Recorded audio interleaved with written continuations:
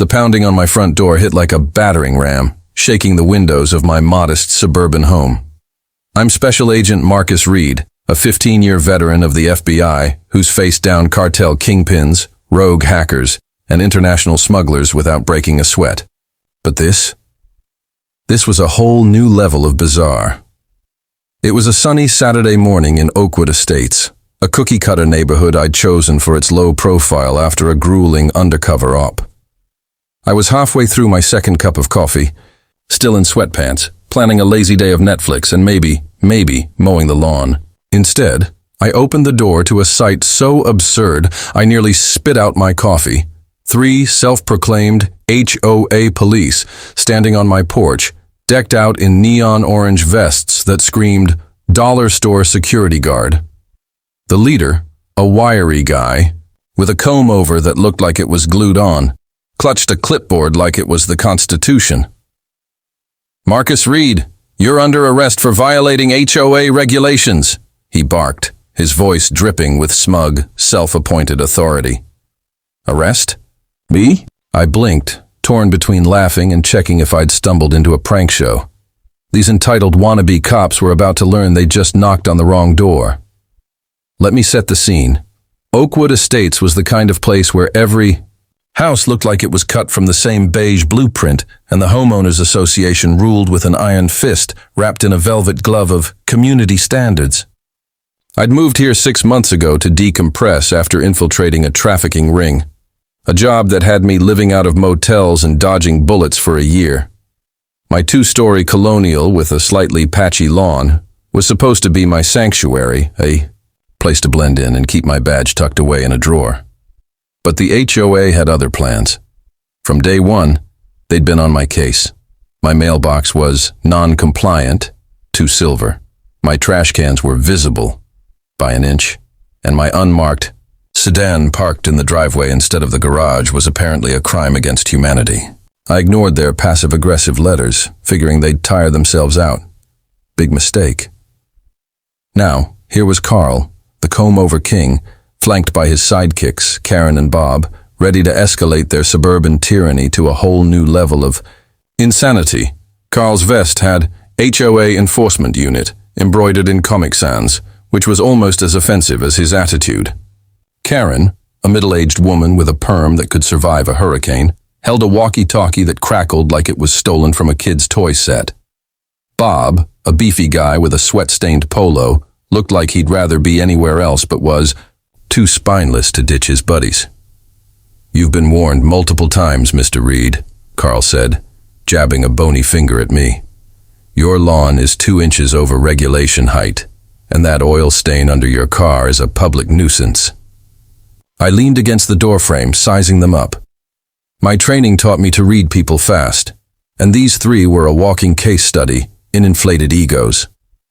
Carl's eyes gleamed with the kind of zeal you see in people who think they're untouchable. Karen's pursed lips screamed, "I've been waiting to ruin someone's day." Bob just shifted awkwardly, probably regretting volunteering for this nonsense. "You're not cops," I said, keeping my voice calm but sharp. "You're just neighbors with too much time on your hands." Carl's face turned the color of a stop sign, his comb-over quivering like it might take flight. "We are the HOA Enforcement Unit," he snapped, waving his clipboard like a scepter. "We have the authority to enforce community standards, and you're in violation." Karen chimed in, her voice piercing enough to make dogs howl. "This neighborhood is pristine, and we won't let people like you ruin it." Bob nodded weakly, clutching his own walkie-talkie like a lifeline. I glanced at their golf cart parked crookedly in my driveway, complete with a slapped-on HOA patrol decal that looked like it was made in Microsoft Paint. This wasn't just a power trip, it was a full-blown delusion. Part of me wanted to slam the door and go back to my coffee, but another part, the part that spent years outsmarting criminals, was curious. How far would these suburban vigilantes take this? I decided to find out. "Arrest me, huh?" I said, crossing my arms and letting a small smirk creep onto my face. "What's the charge exactly? Felony grass length?" Carl's eyes narrowed, clearly not expecting pushback. He flipped through his clipboard, landing on a page that looked like a manifesto of petty grievances. Article 7, Section 3 of the HOA bylaws, failure to maintain a lawn under 2.5 inches and unauthorized vehicle staining, he read, as if quoting scripture. Karen pulled out a measuring tape. Yes, a measuring tape, and pointed at my lawn like it was evidence in a murder trial. "We measured it yesterday," she declared. 2.7 inches. I couldn't help it. I laughed loudly. The audacity of these people was almost performance art. But Carl wasn't backing down. He stepped closer, puffing out his chest, like a budget mall cop. "You think this is a joke? We can fine you, tow your car, even lien your house." That's when I knew this wasn't just funny. It was dangerous. These weren't just nosy neighbors. They were playing at being something they weren't, and that's a line you don't cross with someone like me. Let's rewind a bit to understand how this suburban circus came to be.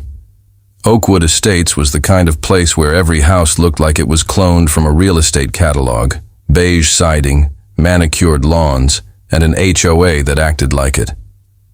Ran a small dictatorship. I'd moved here 6 months ago to decompress after a year-long undercover sting that had me living out of duffel bags and dodging bullets. As an FBI agent, I'm used to high-pressure situations, but I wanted a quiet spot to blend in, keep my badge hidden, and maybe grill some burgers without someone measuring my grass. Oakwood seemed perfect, until I met the HOA. From the moment I parked my unmarked sedan in the driveway, God forbid it wasn't in the garage, I was on their radar. They sent letters about my non-compliant silver mailbox, my visible trash cans by a centimeter, and my unsightly lawn, which was maybe a week overdue for a trim. I ignored them, figuring they'd find a new target. I was wrong. The HOA wasn't just nosy. It was a power-hungry machine run by people who'd watched too many cop dramas and thought they were the law. Carl, the ringleader, was the HOA president's cousin and treated his role like he was mayor of a small country. He'd been a thorn in everyone's side, patrolling the streets with a notebook, jotting down violations like a self-appointed sheriff. Karen, his right-hand woman, was the type who'd call the cops on kids selling lemonade for not having a permit. Bob, the reluctant third wheel, was a retired accountant who'd been roped into this mess, probably because he couldn't say no. Together they'd formed the HOA Enforcement Unit, a vigilante squad that took petty rule-breaking to a whole new level. They'd rented a golf cart with HOA Patrol slapped on the side in vinyl letters, printed fake badges, and even bought walkie-talkies to complete the look. It was like a bad parody of law enforcement, except they were dead serious. Their reign of terror started small, fining people for unapproved flower colors or leaving Christmas lights up past January 15th. But over the past month, they'd escalated. Neighbors whispered about citations for things like parking a car at a slight angle or having a basketball hoop that wasn't aesthetically harmonious. One guy got fined $200 because his dog's bark was too disruptive. The HOA's bylaws, a 50-page document nobody read, apparently gave them the power to levy fines, but Carl's crew took it further.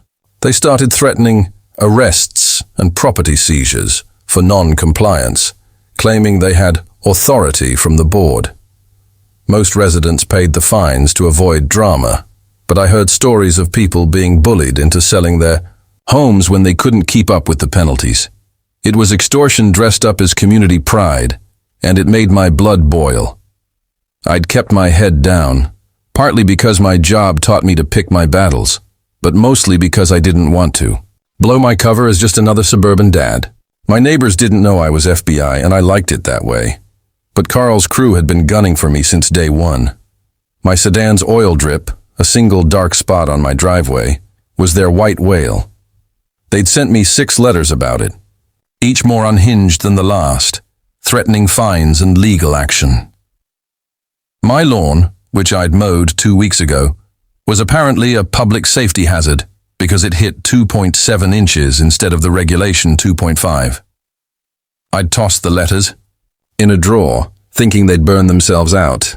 But now, here they were, standing on my porch with zip ties and a superiority complex, ready to arrest me over grass and an oil stain.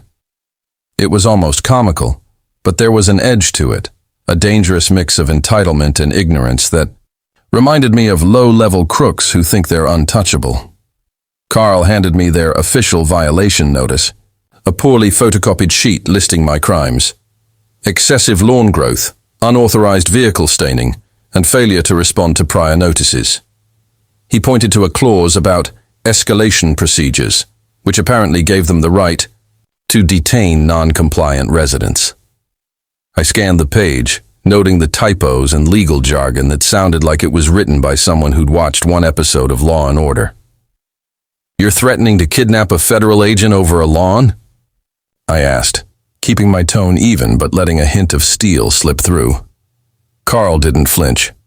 "Rules are rules, Mr. Reed," he said, puffing out his chest. "You've got 24 hours to comply, or we tow your car and fine you $5,000. Karen nodded, her perm bouncing like it agreed. "We keep this community pristine," she shrieked. Bob just stared at his shoes, probably regretting his life choices.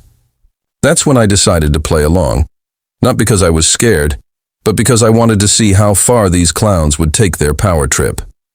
"All right," I said, smirking. "Arrest me." Their eyes lit up like they'd just won the HOA World Series. Big mistake.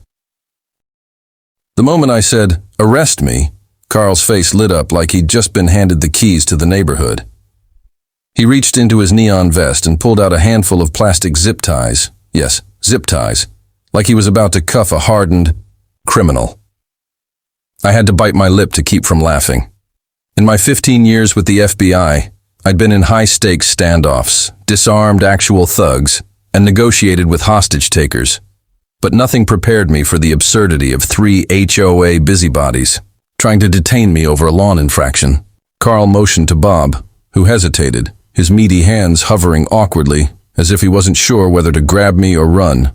"Come on, Bob, secure the violator," Carl barked, his voice cracking with overzealous glee.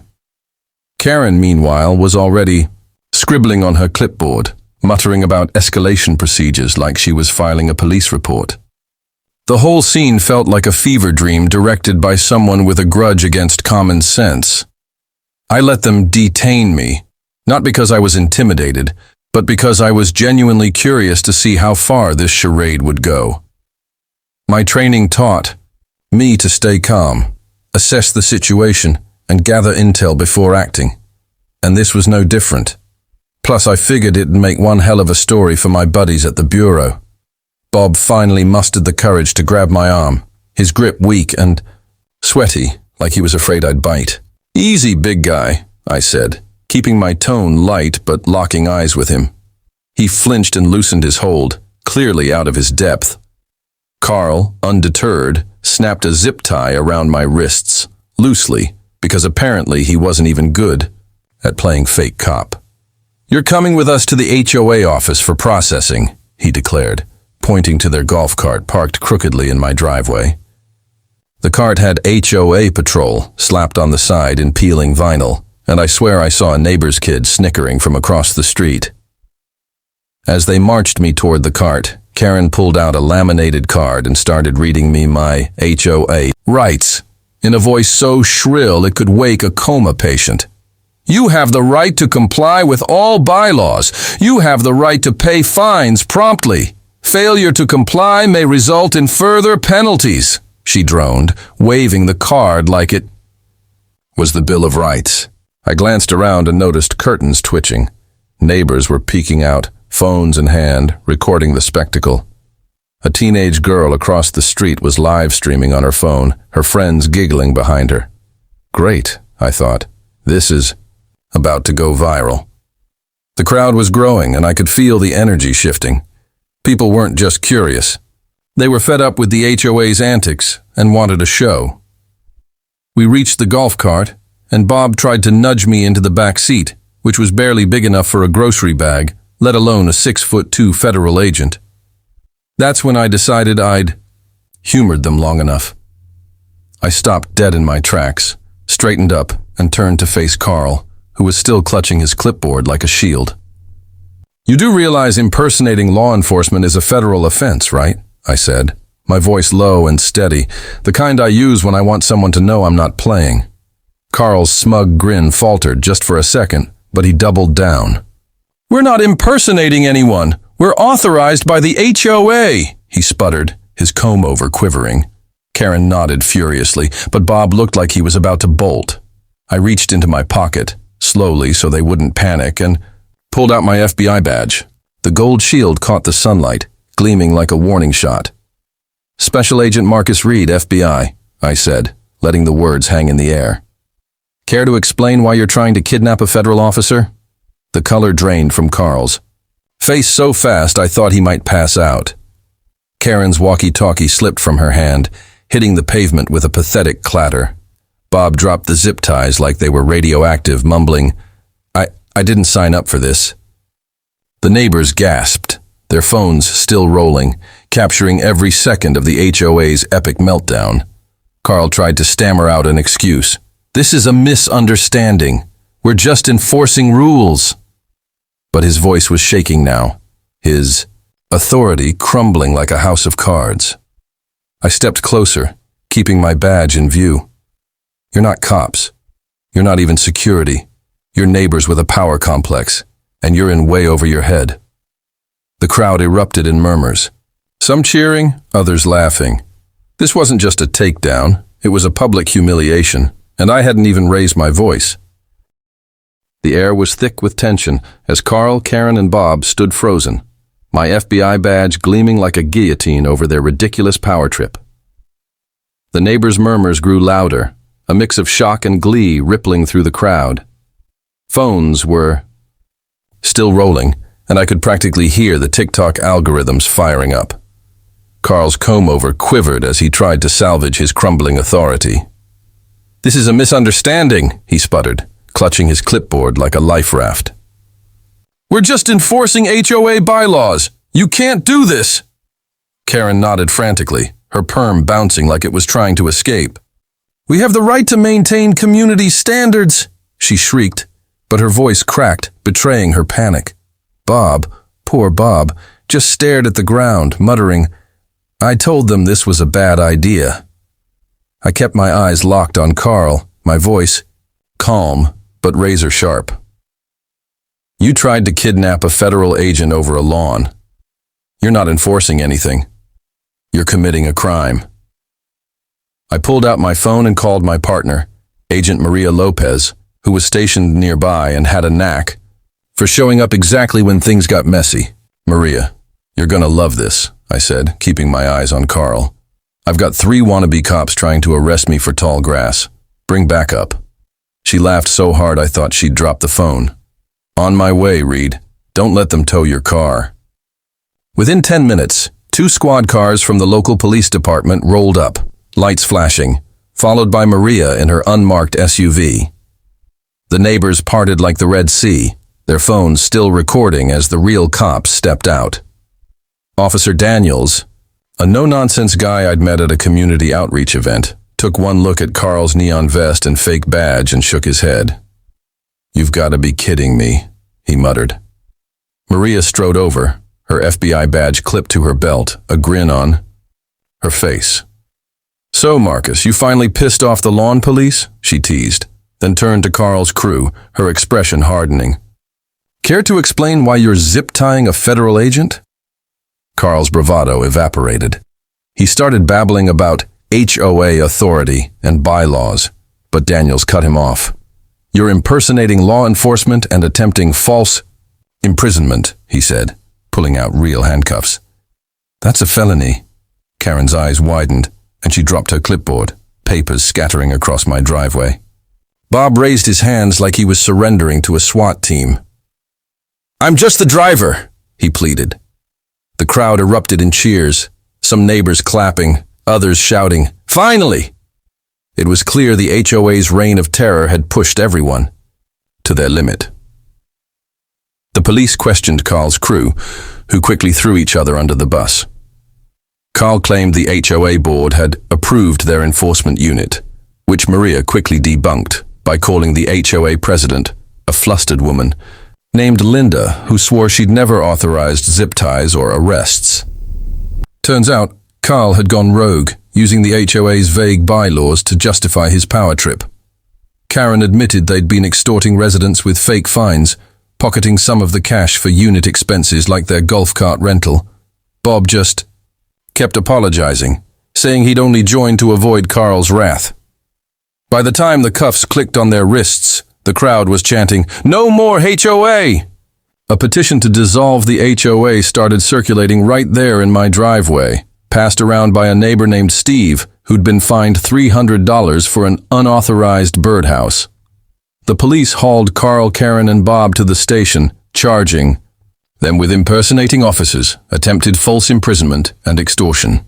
Maria stayed behind, helping me cut the zip ties off my wrists, which honestly were so loose they barely counted. "You couldn't just mow your lawn, could you?" she joked. I shrugged. Where's the fun in that? By evening, the viral Alkia video of the HOA arrest was blowing up on X and YouTube with comments like "FBI guy is a legend" and "HOA cops got wrecked." The local news picked up the story, and the HOA board issued a panicked statement disavowing Carl's unauthorized actions. Too little, too late. The neighborhood was done with their nonsense, and I'd unintentionally become the spark that lit the rebellion. As the police cars pulled away with Carl, Karen, and Bob in the back, the neighborhood erupted into a mix of cheers and relieved laughter.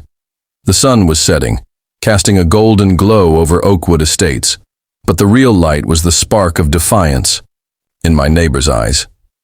For months, they'd lived under the HOA's thumb, shelling out fines for petty infractions or tiptoeing around rules to avoid Carl's wrath. Now, thanks to their spectacularly failed arrest, the tide had turned.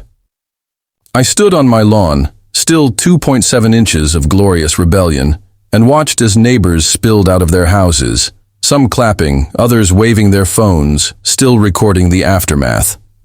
A teenage girl named Mia, who'd live-streamed the whole fiasco, ran up to me, grinning. "Agent Reed, you're trending on X," she said, showing me her phone. Sure enough, your HOA arrest fail was climbing the charts, with clips of Carl's comb-over wilting and Karen's walkie-talkie hitting the pavement, racking up millions of views. By Monday morning, the story had gone nuclear.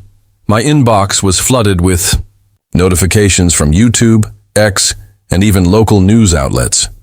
The video, now dubbed "FBI Agent Shuts Down HOA Cops," had hit 5 million views and counting, with comments like, "This dude's my hero," and HOA Karens got what they deserved.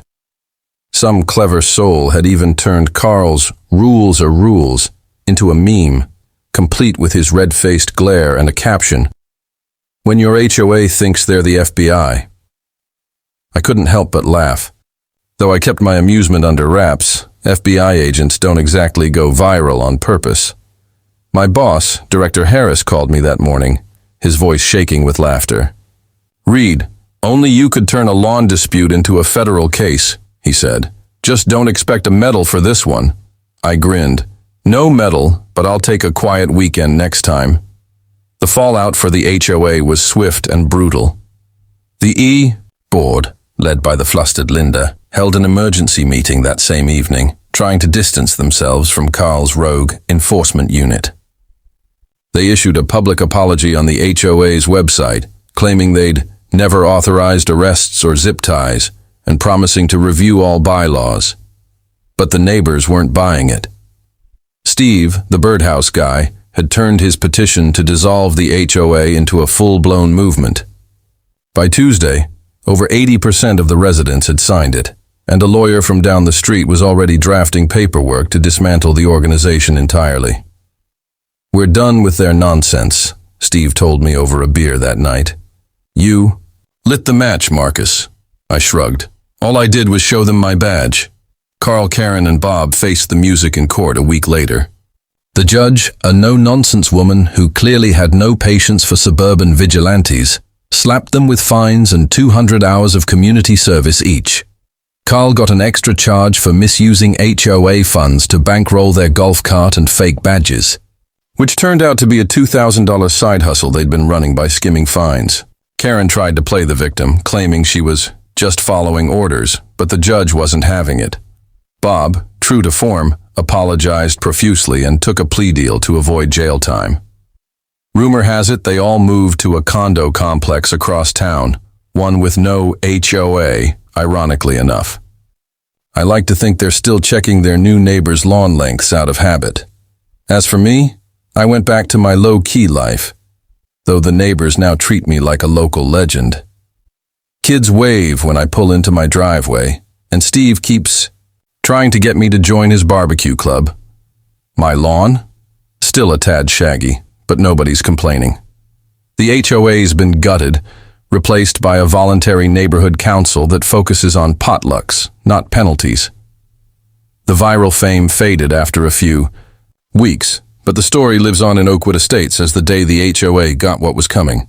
My partner Maria still teases me about it, and I've caught her humming the HOA Arrest Fail remix someone made on YouTube.